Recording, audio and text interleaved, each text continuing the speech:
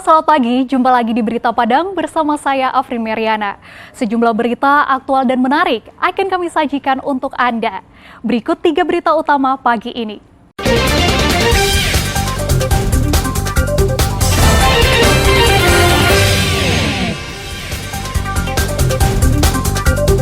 Polres Padang Pariaman tangkap pengedar ganja seberat 41,9 kg.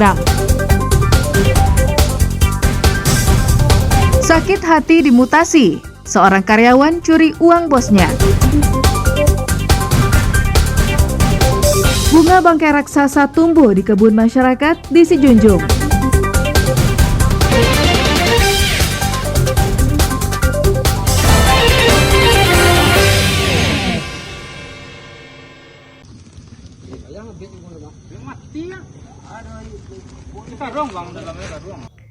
Sumatera Barat darurat narkoba, ternyata bukan isapan jempol semata.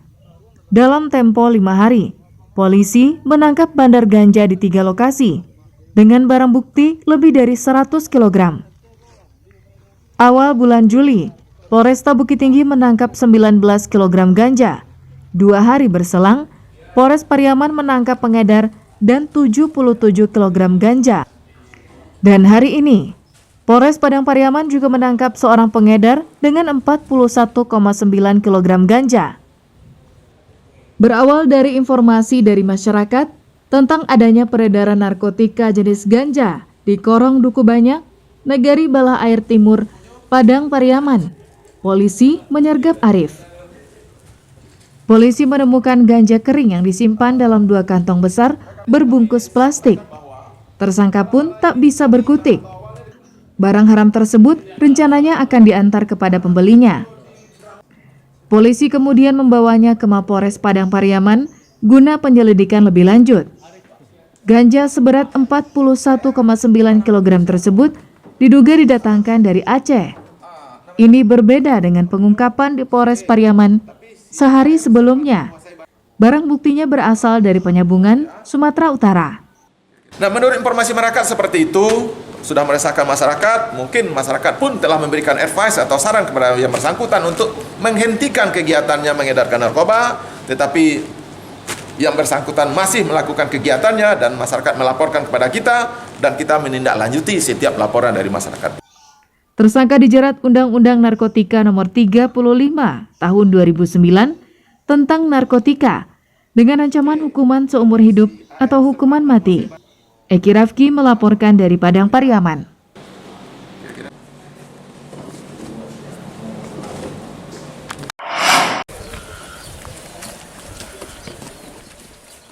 Petugas gabungan dari tentara, polisi dan petugas keamanan lapas kelas 3 Darmasraya merazia setiap blok tahanan di lembaga pemasyarakatan itu. Razia kali ini mencari barang-barang terlarang dan berbahaya yang dimiliki para penghuni lapas. Petugas memeriksa semua ruangan, tempat penyimpanan barang, hingga sudut-sudut yang ada di ruang tahanan tersebut. 1 blok, terdapat 12 kamar yang masing-masing dihuni 20 narapidana. Tak hanya kamar tahanan, warga binaan yang tengah menjalani hukuman ini juga digeledah. Usai memeriksa 267 orang beserta kamar tahanannya, petugas tak menemukan barang-barang terlarang atau barang berbahaya, seperti narkoba, senjata tajam, ataupun telepon genggam. Kita lakukan razia gabungan bersama TNI dan Polri agar kita mencegah gangguan kamtib di lapas Darmasraya dengan kita melaksanakan zero halinar, yaitu bersih dari handphone, narkoba, dan pungutan liar. Kita tidak menemukan barang-barang berbahaya yang terlarang di dalam lapas, baik itu handphone, narkoba, maupun senjata tajam. Tak hanya pemeriksaan dan penggeledahan, petugas juga melakukan tes urin semua warga binaan. Hasilnya, petugas juga tak menemukan urin yang positif narkoba. Eko Pangestu melaporkan dari Darmasraya. Kalau itu kan masih jualan dulu kan?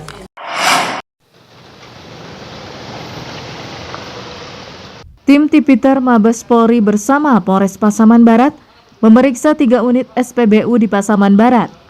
Hal ini dilakukan karena ditemukan solar di lokasi tambang emas ilegal yang digerebek polisi sehari sebelumnya. Polisi menanyakan langsung pengelola SPBU dan petugas pengisian BBM, apakah menjual solar kepada para penambang emas ilegal. Sebab disinyalir solar-solar yang ditemukan di tambang emas ilegal berasal dari SPBU yang ada di Pasaman Barat ini. Namun pengelola SPBU dan petugas pengisian BBM membantah solar yang mereka jual kepada para pelanggan yang sudah terdaftar sesuai aturan yang berlaku. Saya setiap hari dan setiap saat memberi informasi ke anggota saya untuk melayani konsumen sesuai dengan barcode yang mereka punyai dan kapasitas yang mereka dapatkan. Sekarang banyak nggak orang yang mengeluh barcode ini, Pak? Sampai sekarang alhamdulillah nggak ada.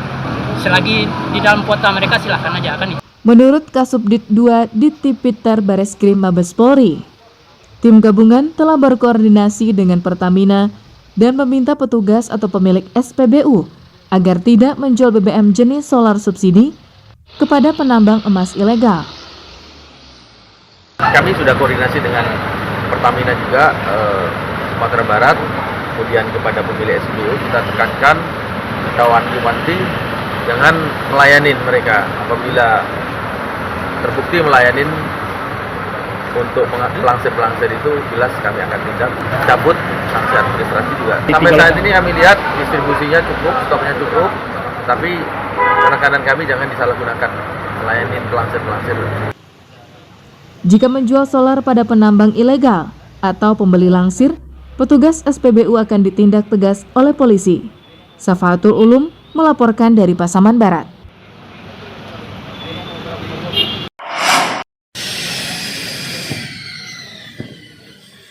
Setelah 4 kali sukses memanen bawang merah, Lembaga Pemasyarakatan Kelas 2A Bukit Tinggi kembali menanam lahan produktif di lapas dengan tumbuhan bawang.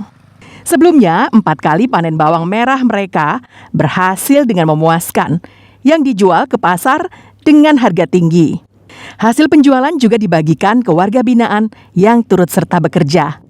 Bercocok tanam, salah satu aktivitas warga binaan di lapas untuk menambah pengetahuan yang dapat mereka lanjutkan di tengah masyarakat setelah bebas.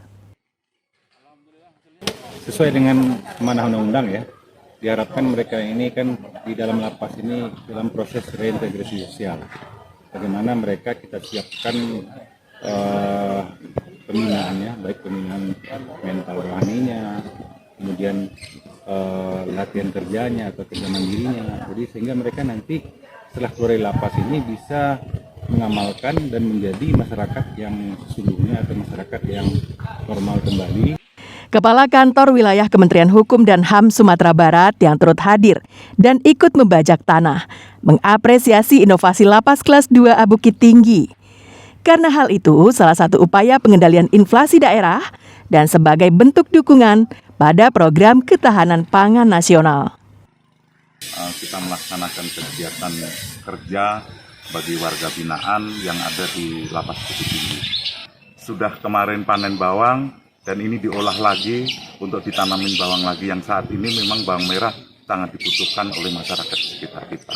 Hasil dari panen ini selain untuk kebutuhan dari masyarakat di sekitar kita juga bisa dimanfaatkan bagi pelayanan warga binaan di dapur kita. Pemanfaatan lahan produktif tidak hanya menambah wawasan warga binaan selama menjalani hukuman, namun juga mendukung program pemerintah dalam hal ketahanan pangan.